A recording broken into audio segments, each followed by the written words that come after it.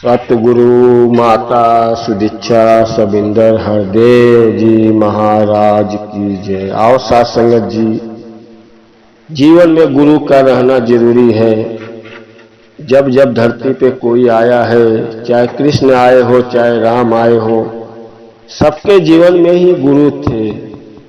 और जो सच्चा गुरु हो जाता है, जो मिल जाता है जिसको, और वो भक्ति करता है, उनके मार्ग पे चलता है, उनके जीवन का कल्याण हो जाता है। इसीलिए साथ संगत जी कहा जाता है कि अपने जीवन में गुरु दीक्षा ले लो, गुरु दीक्षा ले लो।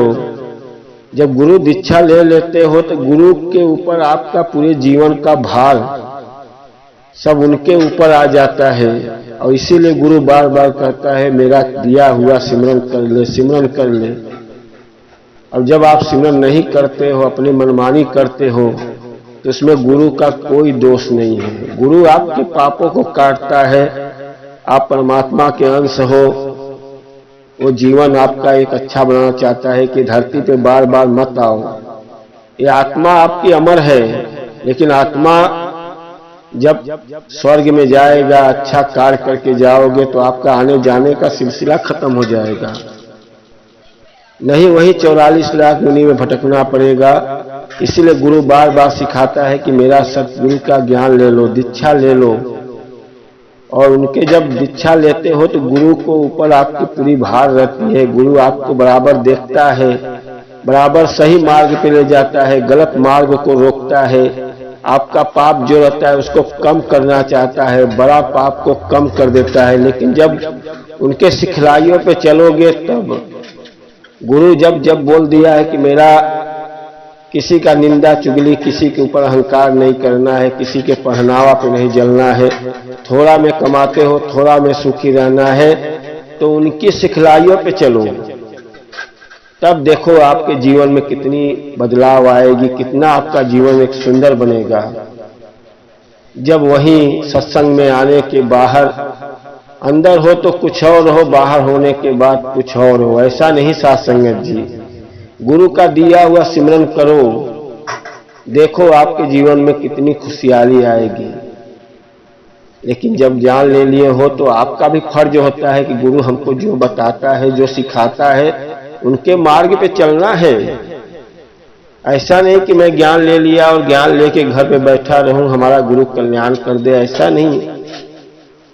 गुरु आपको बताता है कि अब जब ज्ञान दे देता है तो आपको सब बता देता है कि हमारे अंग संग आसपास सब जगह निरंकार प्रभु परमात्मा है, उस पर विश्वास रखो।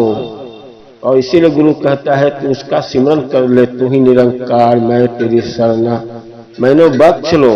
उसका सिमरन कर। जब तू सिमरन करेगा तो गुरु को भी, गुरु हर पल तुझे देख रहे हैं।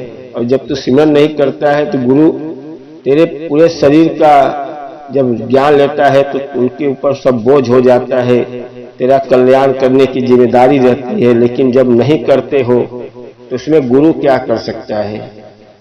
गुरु तो बस यही कहता है सेवा कर ले, सत्संग कर ले, सिमरन कर ले, हमारे राह पे चल ले। लेकिन जब नहीं करोगे, बाद में आपका कल्याण नहीं होगा, तो वहीं बार बार खोजते हो कि गुरु हमारा कल्याण नहीं कर रहा है, हमारे साथ ऐसा क्यों हो रहा है, मैं क्यों दुख में हूँ, लोग सुखी से है क्यों, लोग सुखी से है क्यों है।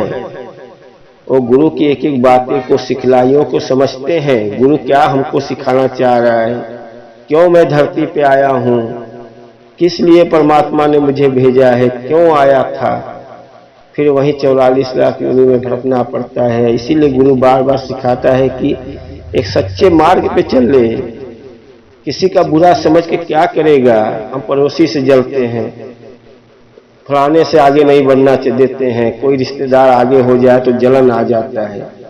अरे क्या करोगे, वो भी धन यही रह जाएगा, तुम जो कमा रहे हो उसी में सुख से रहो। आपके दुखों को कम कर देता है। लेकिन जब विश्वास के साथ रखते हो तो अरे हम कितना भी अमीर बन जाए, खाना वो भी वही खाएगा, मैं भी खाऊंगा। वो अपने घर में पैसा थोड़ा ज्यादा रखा है, मेरे पास थोड़ा कम है, लेकिन जीवन वो भी जी रहा है, मैं भी जी रहा हूँ। मैं गुरु के शरण में हूँ तो उससे अच्छा जीवन जी रहा हूँ। मेरे आत्मा का कल्याण हो रहा है। 5 तत्व का शरीर है, एक दिन छोड़ के जाना है। क्यों मैं इस पे गुमान करूं। कितने लोग को समझा दो कि गुरु के शरण में चले जाओ, वो जाने के लिए राजी नहीं है। गुरु सबको नहीं बुलाता है, गुरु खींच लेता है। इतना सुबह सुबह सत्संग में आना अपने बस की बात नहीं है। जब भक्त चाहता है तभी गुरु अपने पास खींचता है। गुरु का कल्याण भक्त के अंदर है। भक्त जब गुरु को दिया हुआ सिमरन करेगा तब गुरु उनका कल्याण कर पाएगा। ऐसा नहीं कि गुरु का ज्ञान लेके मैं घर पे बैठ जाऊं तो गुरु क्या कर सकता है। हम क्यों बार बार कहते हैं गुरु हमारा कल्याण नहीं कर रहा है। अरे उनके एक एक बात को समझो। गुरु क्यों बार बार कहता है कि सेवा सत्संग सिमरन कर ले, अपने जीवन का कल्याण कर ले। ये बार बार मौका नहीं मिलेगा। जिसने जाना, मीराबाई इतनी महल में रानी थी, जो समझ गया मैंने राम रतन धन पायो, गलियों गलियों घूमने लगी। सब उसको बावड़ी बोलते थे, पागल बोलते थे कि अरे ये तो पूरा राजा की लड़की हो के ऐसा कर रही है। अपने सबको मतलब बोलते थे कि सब अपने देखो राजा पूरा सर्वनाश की बात कर, मतलब राजा हो के लड़की और देखो ये गलियों गलियों घूम रही है, पागले जैसा हरकत कर रही है। लेकिन उसने जान लिया कि मेरा प्रभु एक ही है।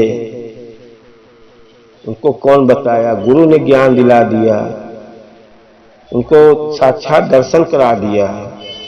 इसलिए साथ संगत जी, जब गुरु के शरण में रहोगे तो गुरु हमको परमात्मा का ज्ञान दिला देता है, परमात्मा की बता देता है कि मेरा घर नहीं है, एक दिन हमको परमात्मा के पास जाना है। आओ साथ संगत जी, सब मिलजुल के एक प्रेम के साथ हमेशा गुरु के शरण में हो तो तन मन धन सब गुरु को सौंप दो, प्रभु को सौंप दो।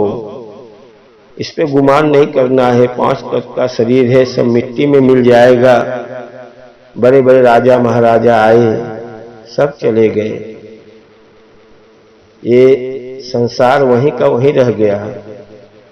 कितने पुष्ट पे दादा परदादा कौन कौन आए, सबको जाना था। जो जैसा कर्म किया वैसा आया। इसीलिए बार बार कहा जाता है साथ संगत जी, अपने जीवन में गुरु बना लो। गुरु के बिना जीवन अधूरा है। गुरु ही हमारा जीवन को पूरा करेगा। बहुत कठिन होता है गुरु को पाना, लेकिन बहुत सरल भी है। जब भक्ति के मार्ग पे चलने लगोगे और गृहस्थ में रह के चलना है। गुरु बार बार कहता है गृहस्थ में रह के, ऐसा नहीं कि हमको भगवा पहन के रोडों पे गलियों में घूमना है, वैसा नहीं साथ संगत जी। गुरु के मार्ग पे चलो और गुरु का ज्ञान ले लो।